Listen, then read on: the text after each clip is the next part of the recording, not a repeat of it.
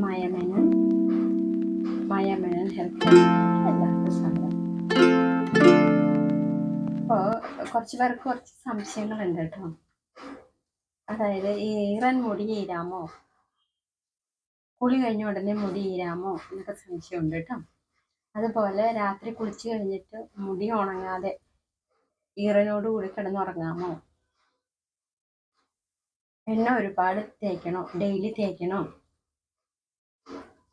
ഇങ്ങനെയൊക്കെ കുറേ സംശയങ്ങളുണ്ട് കേട്ടോ. അപ്പോൾ ഇതൊക്കെ ഞാൻ ആദ്യമേ പറഞ്ഞിട്ടുണ്ട് വീഡിയോയിൽ. അതായത് നമ്മൾ മുടി നനഞ്ഞുകൊണ്ട് ഒരിക്കലും ഈരരുത് കേട്ടോ, കോംപ് ചെയ്യരുത്. അത് മുടി പൊട്ടാൻ ചാൻസ് ഉണ്ടാവും കേട്ടോ. പിന്നെ അതുപോലെ നനഞ്ഞ മുടി നമ്മൾ രാത്രിയിൽ മുടി നനയ്ക്കുമ്പോൾ ഉണങ്ങാതെ കിടന്നുറങ്ങരുത് കേട്ടോ. പിന്നെ ഈ പുറത്തേക്ക് പോകുന്ന സമയത്ത് ഒരുപാട് എണ്ണ തേക്കാതിരിക്കുക. ഞാൻ പല വീഡിയോയിലും പറഞ്ഞിട്ടുണ്ട് അതിൻ്റെ കാരണം എന്താണെന്ന്. നമ്മൾ ഒരുപാട് എണ്ണയൊക്കെ തേച്ച് പുറത്തേക്ക് പോകുമ്പോൾ പുറമേ ഉള്ള പൊടികൾ അല്ലേ, പൊടി പടലങ്ങളെല്ലാം കാറ്റത്ത് പറന്ന് നടക്കുകയാണ്. അപ്പോൾ അത് നമ്മുടെ തലയിൽ കയറി പിടിക്കും. എണ്ണ കൂടുതലുണ്ടെങ്കിൽ എണ്ണയുമായിട്ട് ഇത് അലിഞ്ഞിരിക്കും ഈ പൊടികൾ. അപ്പോൾ തീർച്ചയായിട്ടും അത് താരന് സാധ്യതയുണ്ടാക്കും. നമ്മൾ ശ്രദ്ധിക്കില്ല. അപ്പോൾ അങ്ങനെ ഇരുന്നിരുന്നിരുന്ന് നമ്മുടെ ഫോളിക്കിൾസ്, ഈ രോമകൂപങ്ങളെല്ലാം അടഞ്ഞു പോകും. അപ്പോൾ നമുക്ക് പുതിയ മുടി വരാനുള്ള ചാൻസസ് നഷ്ടപ്പെടും. കൂടാതെ ഹെയർ ഫോളിങ് ഉണ്ടാവും. അപ്പോൾ ഈ കാരണങ്ങൾ കൊണ്ട് ഇന്ന പ്രശ്നങ്ങൾ ഉള്ളത് കൊണ്ട് നമ്മൾ പറയും ശ്രദ്ധിക്കണം എന്നൊക്കെ പറയാറുണ്ട്. പിന്നെ ഈ മഴക്കാലത്താവുമ്പോൾ മുടി ഉണങ്ങാനും പ്രയാസമായിരിക്കും. അപ്പോൾ അങ്ങനെയുള്ള സമയങ്ങളിൽ ധാരാളം എണ്ണ തേച്ച് നടക്കരുത് കേട്ടോ.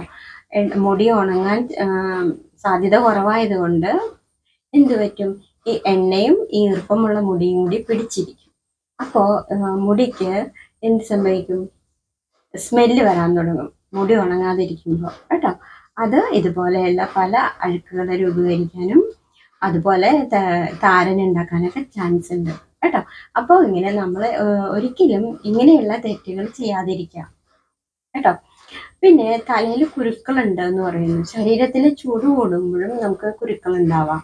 അല്ലെങ്കിൽ ഇതുപോലെയുള്ള ചെളികളുണ്ട്, ചെളി അഴുക്കൊക്കെ ഉണ്ടെങ്കിൽ നമുക്ക് കുരുക്കൾ ഉണ്ടാവാം കേട്ടോ. അപ്പൊ ഇതിനായിട്ട് ചെയ്യേണ്ടത് ഒന്ന്, നമ്മൾ ശരീരത്തിലുള്ള ചൂട് കുറയ്ക്കാം. തണുത്ത ഫ്രൂട്ട്സ്, അതായത് നല്ല നല്ല ഫ്രൂട്ട്സ്, വിറ്റാമിൻ കൂടിയ ഫ്രൂട്ട്സ്, കാൽസ്യം അതെല്ലാം ഭക്ഷണങ്ങൾ കഴിക്കുക. വെള്ളം ധാരാളം കുടിക്കുക. ഇതൊക്കെയാണ് അതിൻ്റെ ഇത്, മനസ്സിലായോ? അപ്പൊ പിന്നെ നമ്മൾ എന്താ ചെയ്യേണ്ടത്, ഓരോ വേനൽക്കാലാണെങ്കിലും വർഷക്കാലാണെങ്കിലും നമ്മൾ ഒരുപാട് മുടിയെ കെയർ ചെയ്യേണ്ടി വരും അല്ലേ. അപ്പോൾ അതിന് ഏതൊക്കെയാണെന്ന് ഞാൻ മുൻ വീഡിയോയിൽ പറഞ്ഞിട്ടുണ്ട് കേട്ടോ.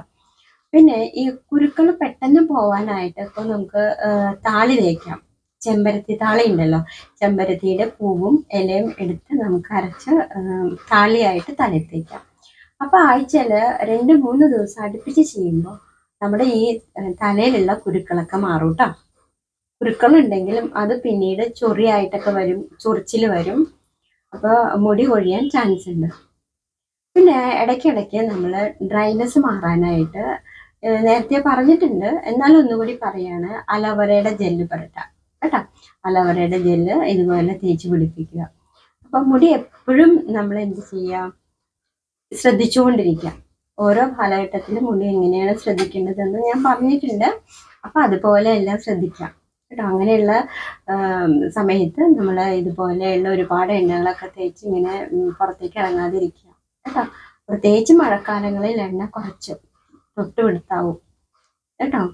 എന്തെങ്കിലും മുടിക്ക് പ്രശ്നം, തലയ്ക്ക് പ്രശ്നം, തലനീരിറക്കമൊക്കെ ഉണ്ടെങ്കിൽ രാസനാദിപ്പൊടി നല്ലതാണ് കേട്ടോ. അപ്പോൾ അങ്ങനെയുള്ള കാര്യങ്ങളൊക്കെ നമ്മൾ ചെയ്യാം. ധാരാളം വെള്ളം കുടിക്കുക കേട്ടോ. ഇതൊക്കെയാണ് മുടി ശ്രദ്ധിക്കേണ്ട കാര്യങ്ങൾ. അപ്പോൾ നിങ്ങൾക്ക് സംശയങ്ങൾക്കുള്ള മറുപടിയാണിത് കേട്ടോ. അടുത്ത ടിപ്പുമായിട്ട് നാളെ കാണാം. അതുവരെ നമസ്തേ.